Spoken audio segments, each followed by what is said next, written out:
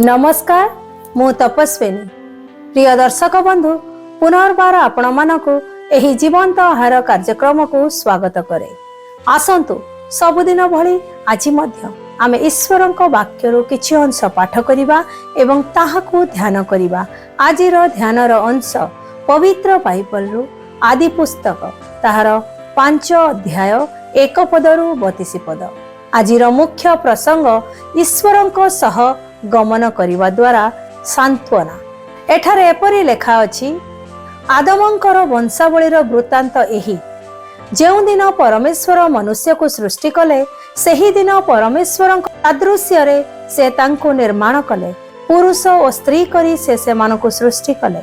आउ सेमाने सृष्ट हेबा दिन सेमानको आशीर्वाद करी आदम बा मनुष्य नाम देले। आदम 130 वर्ष बयसरे आपणा सादृश्य और प्रतिमूर्ति रे एक पुत्र जात करी ताहार नाम सेथ देले। सेथर जन्म उतारे आदम 800 वर्ष बंची आहुरी पुत्र कन्या मानकु जात कले। आदमंकर बयस सर्वसुधा 930 वर्ष थिला, तहु से मले। सेथ 105 वर्ष बयसरे इनोस को जात कला। इनोसर जन्म उतारे सेथ 807 वर्ष बंची आहुरी पुत्र कन्या मानकु जात कला। सेथर बयस सर्वसुधा 912 वर्ष थिला, तहु से मला।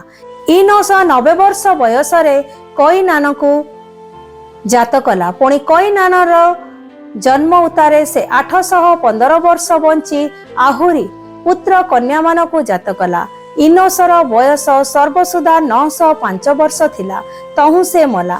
कईनान 70 वर्ष बयसरे महललेल को जात कला। महललेल जन्मिला उतारे से 840 वर्ष बंची आउ पुत्र कन्या मानकु जात कला। आउ कईनानर बयस सर्वसुधा 910 वर्ष थिला, तहु से मला। महललेल 65 वर्ष बयसरे जेरद को जात कला। जेरद जन्मिला उतारे से 830 वर्ष बंची आहुरी पुत्र कन्या मानकु जात कला। महललेल र बयस सर्वसुधा 895 वर्ष थिला, तहु से मला। जेरद 162 वर्ष बयसरे हनक को जात कला। हनकर जन्म उतारे से 800 वर्ष बंची आहुरी पुत्र कन्या मानकु जात कला। जेरदर बयस सर्वसुधा 962 वर्ष थिला, तहु से मला।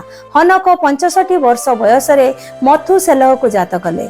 मथुसेलहर जन्म उतारे हनक 300 वर्ष पर्यंत परमेश्वरंक सहित गमनागमन कले। पुणी से आहुरी पुत्र कन्या मानकु जात कले। हनकंकर बयस सर्वसुधा 365 वर्ष थिला। हनक परमेश्वरक सहित गमनागमन कले, आउ से अंतर्हित हेले, जेहेतु परमेश्वर तांको ग्रहण कले। मथुसेलह 187 वर्ष बयसरे लेमक को जात कला। लेमकर जन्म उतारे मथुसेलह 782 वर्ष बंची आहुरी पुत्र कन्या मानकु जात कला। मथुसेलहर बयस सर्वसुधा 969 वर्ष थिला, तहु से मला। लेमक 182 वर्ष बयसरे एक पुत्र जात करी ताहार नाम नोह बा सांत्वना देले, जेहेतु से कहिले सदा प्रभुंक द्वारा अभिशप्त भूमि रे आंभमानकर श्रम और हस्तर क्लेश विषय रे ए आंभमानकर सांत्वना जन्माइब। नोहंकर जन्म उतारे लेमक 595 वर्ष बंची आहुरी पुत्र कन्या मानकु जात कले। तांकर बयस सर्वसुधा 777 वर्ष थिला, तहु से मले। आउ नोह को 500 वर्ष बयस हैला।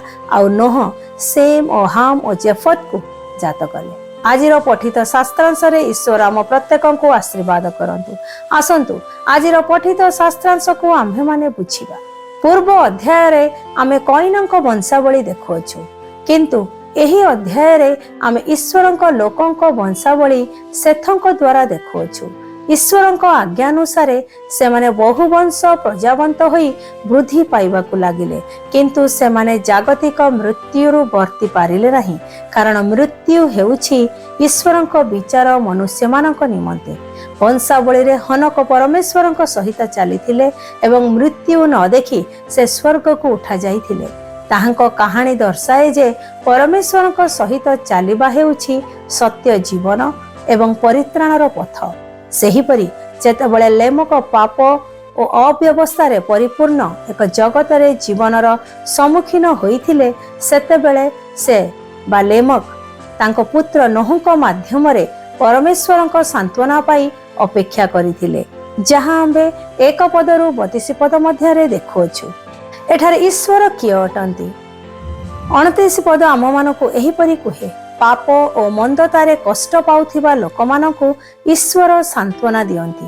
ईश्वर नोहଙ୍କ देई लेमककु सांत्वना देइथिले एवं आजी से जीशुଙ୍କ माध्यमरे तांको लोकमानकु सांत्वना दियंती। जदिओ आमे एबे भी जगतर पापपूर्ण अवस्था पाई शोक करूछु, आमे अनंत सांत्वना पाई अपेक्षा करिछु, जेतेबेले ईश्वर अपना प्रतिज्ञा अनुଯାयी जीशुଙ୍କୁ पुनर्बार पठाइबे। आजिर शास्त्रांश रे ईश्वर आम्भमानकु कोन सिखांती, आसंतु ताहा आम्भे माने शिखिबा एवं आपणा आपणा जीवन रे ताहाको प्रयोग करिबा निमते चेष्टा करिबा। जेतेबेले आमे ईश्वरଙ୍କ सह सहभागिता करू, सेतेबेले आमे प्रकृत जीवन अनुभव करू। हनक ईश्वरଙ୍କ सह चालिले एवं मृत्यु पूर्वरु जीवन आनंद एवं शांति अनुभव कले। सेहिपरि जदि आमे प्रतिदिन ईश्वरଙ୍କ वाक्य अनुसार तांको सहित चलिबा, तेबे एही वर्ष आमे सत्य जीवन रे परिपूर्ण हेबा। आजिर ध्यान रे ईश्वर आम प्रत्येकଙ୍କୁ आशीर्वाद करंतु। आसंतु आम्भे माने प्रार्थना करिबा। धन्यवाद धन्यवाद प्रभु, तुम्हारी वाक्य निमते, तुम्हारी वाक्य सत्य और जीवंत अटे।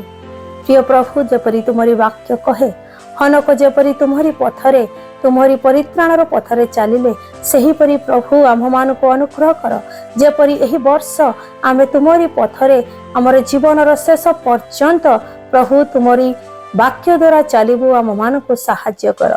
यीशुଙ୍କ नाम रे एही प्रार्थना मागुअछि, आमेन।